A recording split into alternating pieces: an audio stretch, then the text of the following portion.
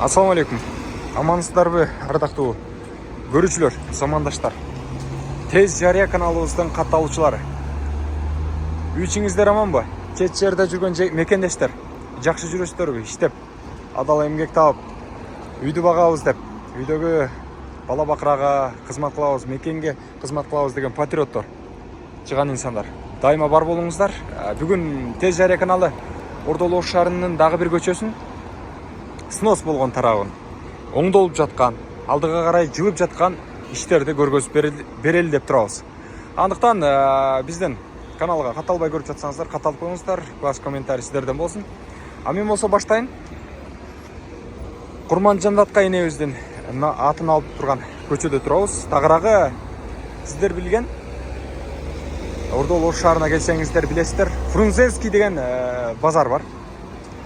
Кайсыл жер десе Фрунзенский деп көпчүлүк учурда айтылат. Фрунзе кичинекей базар.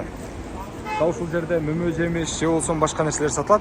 Дал ушул мөмө чөмө же болсо дагы бир кошумча каражаттарды саткан Курманжандатка энебиздин наамын алган көчөнүн абалын айтып берели деп турабыз.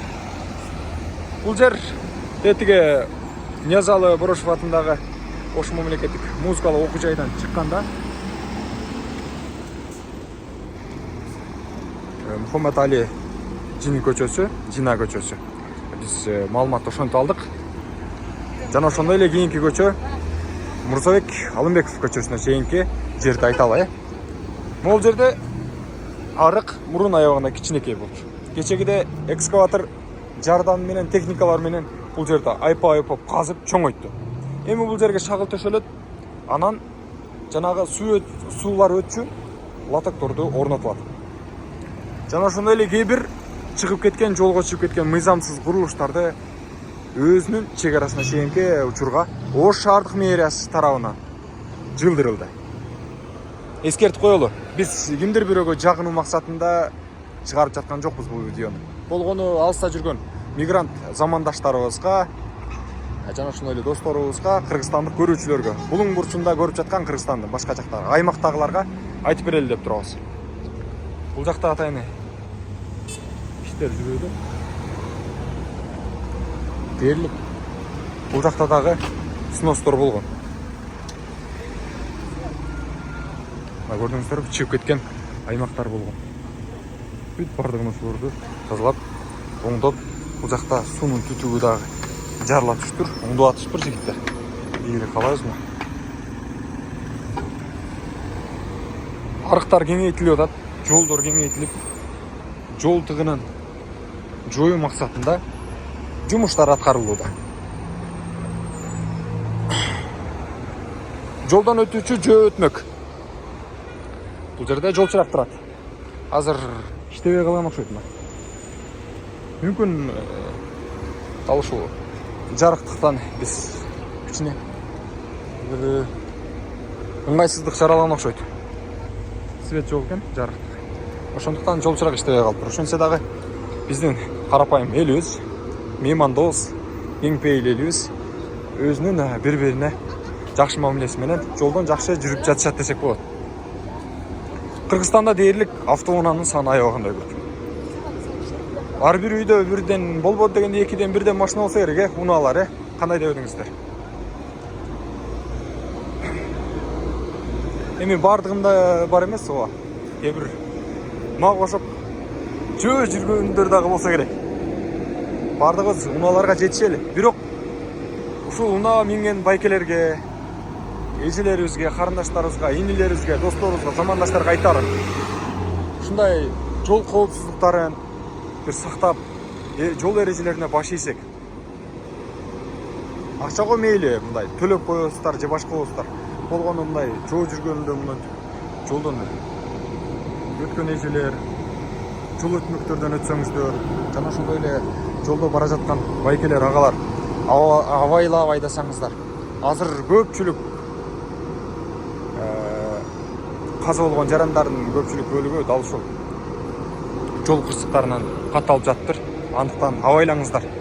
Сиздер деген бул өмүргө дегеле жараткан Алла бир өмүр бергенден кийин ошол нерсеге дагы жакшы жашап өтүп, бир соопторго, ыймандарга ээ болушубуз керек. Андыктан өзүбүзгө сак бололу. Аллах дагы айтат, сактансаң сактайм дейт. Ал эми бул жердеги мыйзамсыз болуп чыгып кеткен мынау кезек келди. Фрунзенский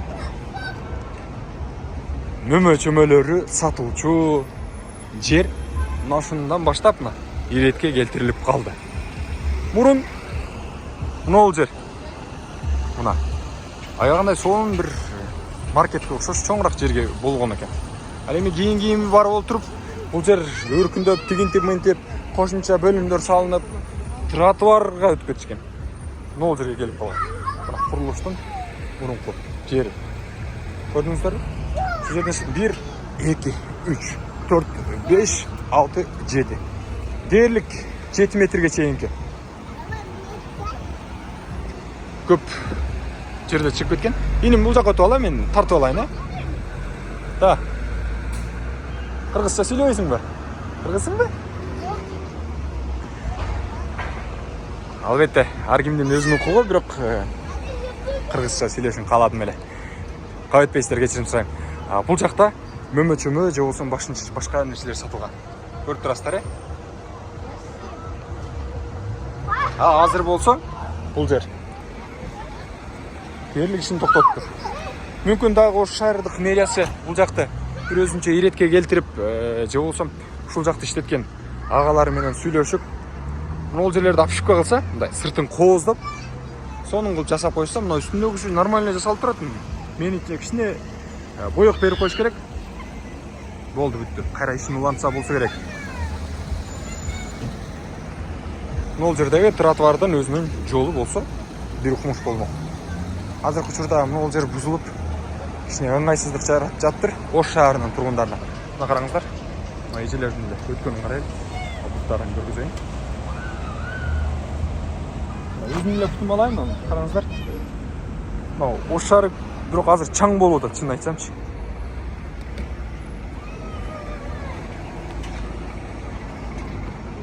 Буюрса, бир аз убакыттан соң Ошко кире турган болсо, башка жактан келген биздин досторубуз, замандаштарыбыз, Ош шаары бир башкача өнүгөт го.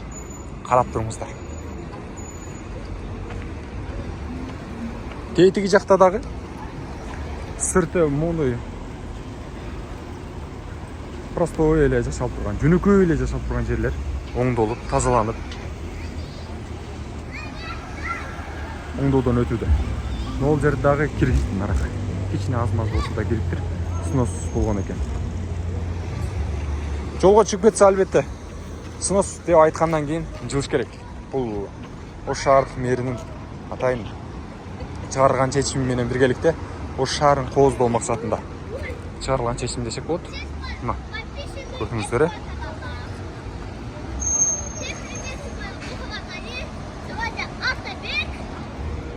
Ал эми биз болсо дагы ушул көчөнү дагы да болсо кичине басалы. Аябагандай сонун соода болчу, бирок бир жагынан кичине ыңгайсыздык жаратчу да жол жүргүнчүлөрүнө тротуардан өтөрдү. Анан алар ал жерден өтпөстөн жол жакка чыгып кетип, жол коопсуздугуна аябагандай бир кыйын кырдаалдар жаратышчу. Мына эми азыраак десек болот. Анан мынау мопед деп коебу. Эки дөңгөлөк мопедтер. Абайлап айдаса жакшы болмок экен. Булар дагы аябагандай бир же болсо жол салынабы буларга, башка өлкөдө кандай билбедим. Бизде көпчүлүк учурда 4 дөңгөлөктүү автоунаалар менен жол талашып кетеби, же алар катуу келип сүзүп кетеби, айтор жол коопсуздугундагы кыйынчылык болгон нерселер аябагандай көп болуп жатат.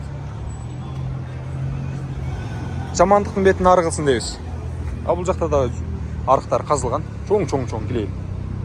Жаздын күнү жаш болот, жамгыр жаап баштап атат. 2 күндүн, 4 күндүн биринде жамгыр жаап атат. Соц тармакта байкап калдык, Бишкек чиркесинде ташка жетпесе дагы, чоң таш болуп, муштумга жетпесе дагы ушунча бир мөндүрлөр жаап тур, көрдүк.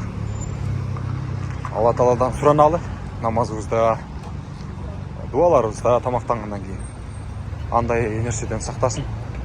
Болгон берешендигин жамгыр дагы жааса тынччасын деп суранып коелу. Лотоктор алып келиптир. Чоңдон экен. Бул жака чоңурактарынан коет окшойт. Бул жерге орнотуп.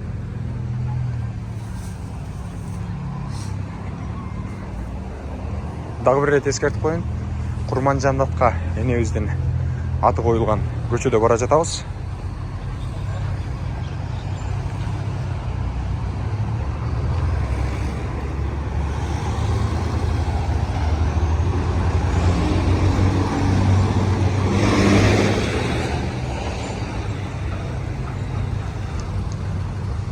Анан буюрса дагы бир чыгарылыштарды тартып чыгарганы турабыз. Ардактуу көрүүчүлөр, колдоочуларбы кандай? Кыргызстандагы тагыраак Ош шаарындагы көчөлөрдү эле тартып чыгарайын башындачы. Көпчүлүк көчөлөр Кыргызстандагы инсандардын, атактуу тарыхый инсандарыбыздын аттары коюлса кандай болмок, Кандай дейсиздер? Мындан сырткары дал ушул орусчаланып жазылып кан эмеспи мурункудай. Курманжандатка деп, мындан сырткары тетиги Сахмик Муниев көчөсү бар го. Ошол жер, мисалы үчүн картада карасак, же болбосо мындай жазылган жерлерде карасак, Муниева көчөсү деп айтылат. Негизинен бир карасак туура эмес, бир касынан орусча болуп калган да. Ошол нерсени дагы да болсо тартып чыгарсак колдойсуздарбы, кандай карайсыздар? Дээрлик Ош шаарындагы дагы кандай жаңылыктарды тартып чыгаралы? Болгону биз менен бирге болуп турсаңыздар, биз кескен түрдөгү жаңы жакшы маалыматтарды чыгарганга аракет кылабыз. Андыктан биз менен бирге болуңуздар. Мына көрдүңүздөр да, бул жагына башкача лотоктор орнотулуп тур, суу өтө турат.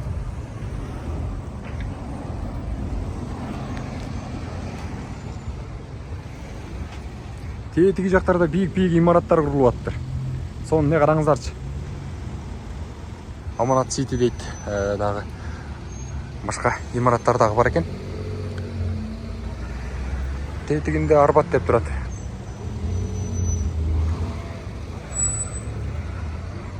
Эгерде мамлекет тарабынан уруксат берилген болсо, дал ушундай бийик имараттар курулса жакшы болмок дагы да болсо. Кыргызстан ар тараптан өнүгүү өссүн дейбиз. Биздин башка облустардан көрүп турган мекендештер. Сонун жаңылык болуп жатпы? Колдоп, демилгелеп жазып коюңуздар. Ордолу Ош шаарыбыз гүлдөп өссүн, өнүксүн. Мына ал жакта дал ушул лотоктор келиптир. Дагы.